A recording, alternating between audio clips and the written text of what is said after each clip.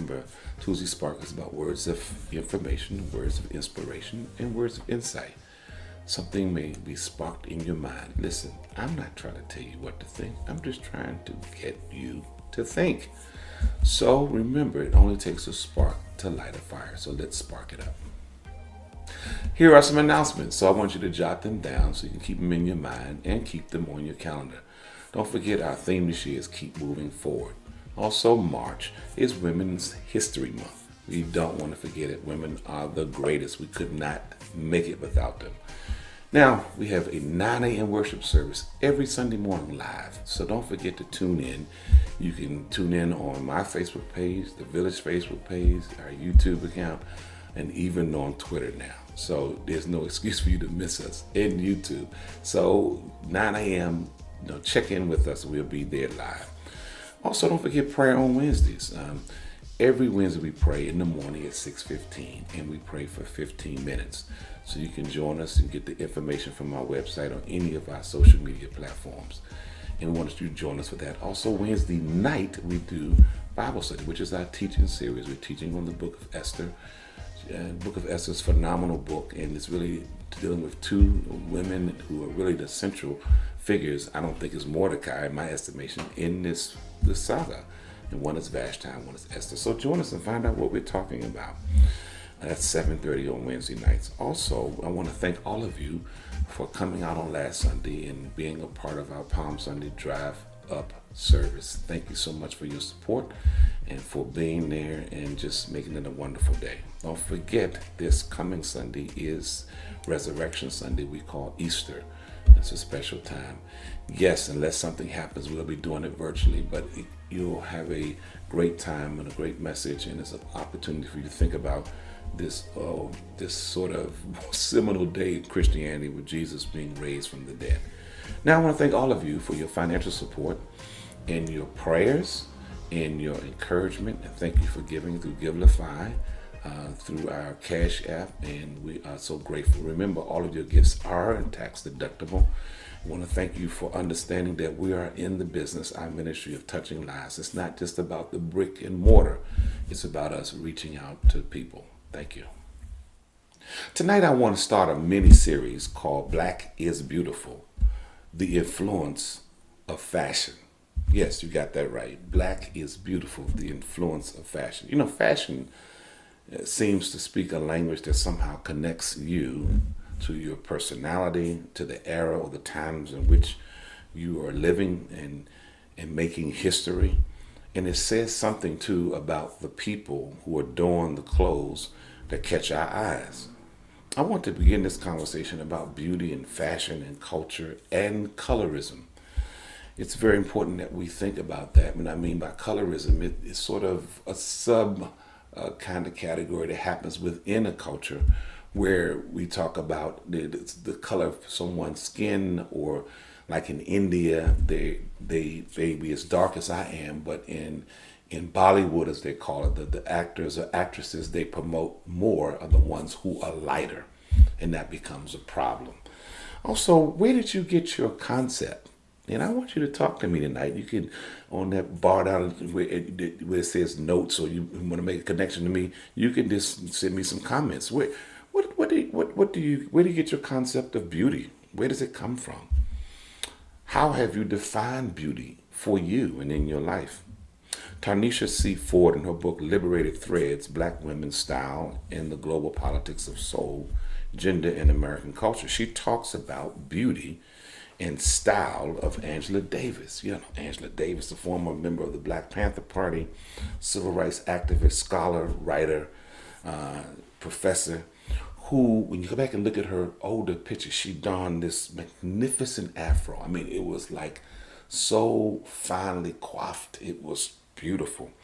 And then she would wear certain clothes, and in her beauty, and this sort of resistance to the norm of straightened, or we call pressed hair at the time, or permed hair. It was an image of beauty and bravado with the boldness of her convictions to claim her own agency. She had the capacity to act independently and to make her own free choice of how she wanted to look. This expression of her fashion was a form of resistance to the norm, but it also was an expression of freedom to define fashion as beauty as she saw it. Tanisha C. Ford said Davis, her afro, and her radical mode of dress quickly became visual shorthand for revolutionary glamour as journalists clamored to shop Davis's public image. Because there's always the way the media wants to shape our image, and so sometimes we have to shape our own image. So when I started preaching back in 1984, which I never thought I was ever going to do, I didn't like the uniform that my father and other black preachers wore, which was mainly dark suits. They would wear a necktie with a white shirt. And of course, they had to have the dress shoes and the socks with them. I just didn't like that. Sometimes they would wear a hat, or if it was cold, they would wear a long coat. And they were clean shaven. Some of them had mustaches, some of them had little sideburns, some of them didn't have either. I mean, no sideburns, no mustache. They was clean shaven. But I preferred, even then, wearing jeans and sweatpants and t-shirts, or button-down shirt untucked in the pants. And I later moved to wearing sort of African accented clothing. And I once was told, standing out in front of our former located church on 1350 Maryland Avenue out there in the front, by one of the members of the church, she said to me, "You don't look like a preacher." And to her, I retorted, "What does a preacher look like?"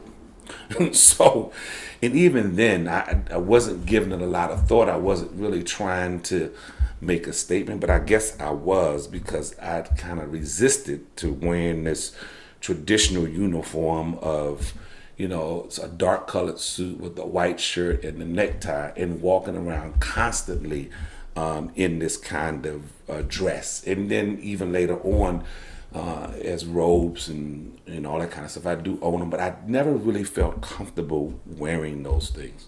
So my defiance to the so-called dress code of a black preacher was my way, I guess, of self-expression that perhaps caused me some trouble that I was not even aware of. Because sometimes people don't accept you when you express something that's different from the norm. But I didn't fit in with these norms, and nor was I trying to. Perhaps it was my insistence on being me and my self-expression. It was a part of sort of my cry inside of me to not incorporate what everybody was doing, but to have this sort of radicalized Christianity. And to me, it was a way of me just being me, and that's what I persisted to do even today. But fashion throughout history has created an illustrative identity within the African American history. Fashion is a statement. It speaks volumes with little to no words. Within the black community, everything from cloth to churches to the forming of political movements, as I mentioned, the Black Panther Party, and hair has been elements of style. Today, the significance of hashtag politics and the viral capability of an image to instantly reach millions, as well as the social impact of the political pieces that I can't breathe t-shirts create a whole new dynamic in the social and fashion space. Church, though, is a significant driver in the black community, a place for information, dissemination, and mobilization. But during the times of slavery, and especially post-slavery, black women look forward to dressing up for church. I remember that in my own church. They were dressed to the nine. They had heels on. They had stockings. They wore hats. I mean, it was like a fashion show at times. I mean, it was so, it was like, wow, if you did, and particularly around this time of year when Easter was coming up, I mean, everybody got a new outfit and they really came to church. I thought at the time, and I still think, to show everybody their new outfit. But church was a place that had pageantry and fashion. So Monday through Saturday, they were restricted to wearing sort of a uniform like my grandmother had to wear at the synagogue. She wore a uniform because she cooked and she did some cleaning. But on Sunday, she had this opportunity to wear this nice dress to wear a nice hat, to wear nice shoes, an opportunity to style. Professor Joseph Soret, an academic of religion and American studies at Columbia University, explains Sunday was the morning where the slave or the sharecropper was transformed into a saint. They went from being a servant to a deacon by naming each other as brother and sister and putting on their finest attire. Black folks both affirmed their own humanity and imparted respect to one another. They did it all with style. And so you got to understand this even the church, how it plays, and this sort of embedded Southern culture. No, one can see its influence on wide brim hats and ornament details permeating throughout the fashion industry. This was what it did. And today, as we look at what's going on in fashion, particularly how blacks, African Americans, have shaped fashion, what it's used today. The clothes I wear help me to know my own power. This is a book that's written by Betty Luther Hillman. And she's really talking to women, but I think it also expresses how I feel about clothes. The clothes I wear help me know my own power, because when you can decide how you want to dress, the fashion you want to display on your own body, that's a sense of power, the sense of choosing what you want to wear. How do you, again, define beauty? Can you be black and beautiful? Are the only measures of beauty and fashion from the European world? Is that the standard that drives you? Something to think about tonight. Hope that sparks something in your mind. Have a wonderful and good evening.